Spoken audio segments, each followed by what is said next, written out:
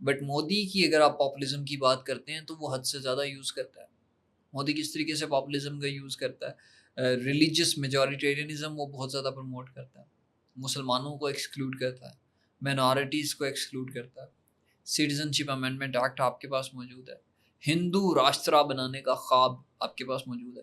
اور اسی طریقے سے نہ صرف مودی ایکسٹریمسٹ ہے بلکہ اس کے باقی جو فالوورز ہیں, چاہے وہ بی جے پی کے لوگ لائک, چاہے وہ راج ناتھ سنگھ ہی کیوں نہ ہو, چاہے وہ یوگی آدتیہ ناتھ ہی کیوں نہ ہو, ایک پنڈت کو آپ نے سی ایم بنا رکھا ہے.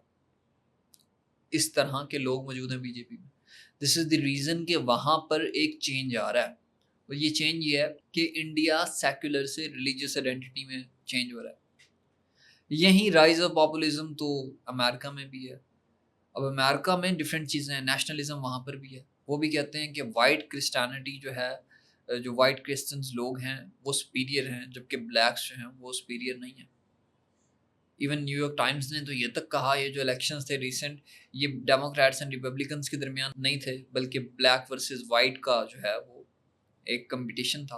اور امریکہ میں جو نیشنلزم ہے اسی کے ساتھ ساتھ امریکہ میں یونیلیٹرلزم بھی پروموٹ ہو رہی ہے. یہ پاپولسٹ یونیلیٹرل اپروچ کے ساتھ چلتے ہیں. چاہے مودی ہو چاہے خان صاحب ہوں, یہ کنسلٹ نہیں کرتے, یہ بس ڈیسیژن لے لیتے ہیں. بہت انپریڈکٹیبل قسم کے لیڈرز ہوتے ہیں. ٹرمپ تو بہت زیادہ انپریڈکٹیبل ہے, ایرٹک کائنڈ آف بیہیویئر, پرسنالٹی اس کی ہے. سو اگر ان کو آپ سمجھنا چاہ رہے ہیں تو انٹرپریٹیوسٹ اپروچ جو ہے آپ لگا سکتے ہو, یعنی کہ انڈیویجولس کی پرسنالٹی کو انالائز کرنے کے لیے یہ اپروچ لگائی جاتی ہے. اور اس میں اگر مجھ سے کوئی پوچھے کہ اس کی امپیکٹس کیا آئیں گے اس پاپولزم کے, تو امپیکٹس بڑے ہی گریو قسم کے ہیں. کیونکہ یہ جو رائز آف پاپولزم ہے اس میں یہ جتنے بھی پاپولسٹ لیڈر ہیں یہ اتھارٹیرین لوگوں کے ساتھ بڑے ہی بونہومی رکھتے ہیں. ٹرمپ کو آپ دیکھ لیں, ٹرمپ وکٹر اوربن کے ساتھ بڑے اچھے تعلقات رکھتا ہے, جیر بولسونارو کے ساتھ جو ہے بڑے اچھے تعلقات رکھتا ہے, مودی کے ساتھ بڑے اچھے تعلقات رکھتا ہے.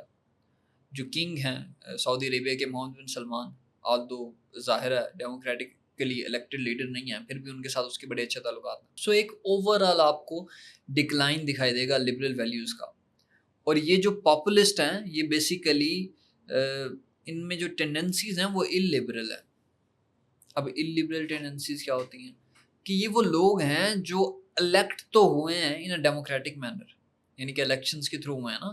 مودی کو دیکھو تو الیکشنز کے تھرو آیا نا, ٹرمپ کے کو اگر آپ دیکھتے ہو تو الیکشنز کے تھرو آیا نا. لیکن پھر بھی ان میں جو ٹریٹس ہیں وہ ڈیموکریسی کی نہیں ہیں, ان میں ٹریٹس ڈفرینٹ طرح کی ہیں, ان میں ٹریٹس اللبرل ہیں.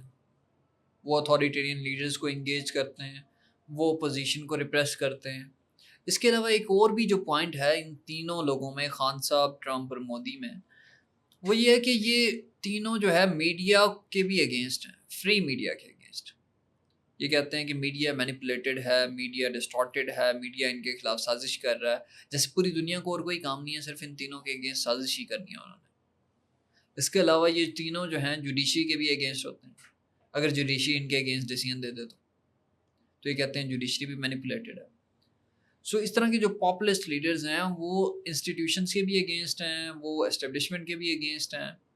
اس طرح کی جو ٹینڈنسیز ہیں وہ ان میں موجود ہوتی ہیں. اور یہ جو لیڈرز ہیں بعض اوقات میڈیا کو بھی ڈیوائڈ کر دیتے ہیں. آدھا میڈیا جو فری اینڈ فیئر ہوتا ہے وہ تو ان کے اگینسٹ ہوتا ہے, لیکن وہ میڈیا جو فری اینڈ فیئر نہیں ہے وہ ان کا پاپٹ ہوتا ہے. ایون چاہے آپ ٹرمپ کو دیکھیں تو آدھے سے زیادہ میڈیا اس کا پاپٹ ہے, اس کے نیریٹو کو ایمپلیفائی کرتا ہے. آپ بی جے پی کو دیکھیں, وہاں پر بھی جب الیکشن ہو رہے تھے تو مودی کی گارنٹی اس طرح کی, ایسا لگ رہا تھا کہ جو میڈیا ہے وہ کمپین کر رہا ہے نریندر مودی کے. خان صاحب کو دیکھیں, انہوں نے اپنے کی بورڈ واریئرز رکھے ہوئے ہیں. اگر آپ ان کے اگینسٹ بات کریں گے تو وہ آپ کے پیچھے پڑ جائیں گے, جیسے ہمارے پیچھے پڑ جائیں گے. اس کمنٹس میں جا کر آپ دیکھ لیجیے گا, اس سے پہلے 2-3 ویڈیوز بنائی تو اس میں بھی ایسی. تو خان صاحب کے بھی اپنے کی بورڈ واریئرز ہیں. سو میڈیا کو بھی یہ ڈیوائڈ کر دیتے ہیں. تو یہ وہ پاپولسٹ لیڈرز ہیں جو basically overall rule based order کو افیکٹ کر رہے ہیں, یعنی کہ اوور آل ڈیموکریسی کو افیکٹ کر رہے ہیں. یہی ریزن ہے کہ جو سویڈش تھنک ٹینک کی رپورٹ ہے وہ بھی کنفرم کر رہی ہے کہ ڈیموکریٹک نارمز ہیں وہ ڈکلائن, ریگریشن, بیک سلائڈنگ کی طرف جا رہے ہیں. پہلے یہ ہوتا تھا نا کہ کسی نے آ کے ڈکٹیٹرشپ لگا دی, کسی نے آ کے کو لگا دیا, کوئی ملٹری لیڈر آ گیا تو وہاں پہ ڈکٹیٹرشپ آ گئی. اب گریجولی ڈیموکریٹک نارمز کو ہرٹ کیا جاتا ہے, اور وہیں تو ہو رہا ہے.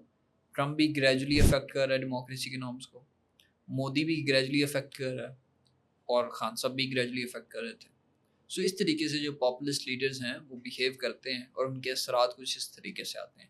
تو ناظرین, یہ تھی ہماری آج کی ویڈیو. آپ سے ملاقات ہوگی اگلی ویڈیو.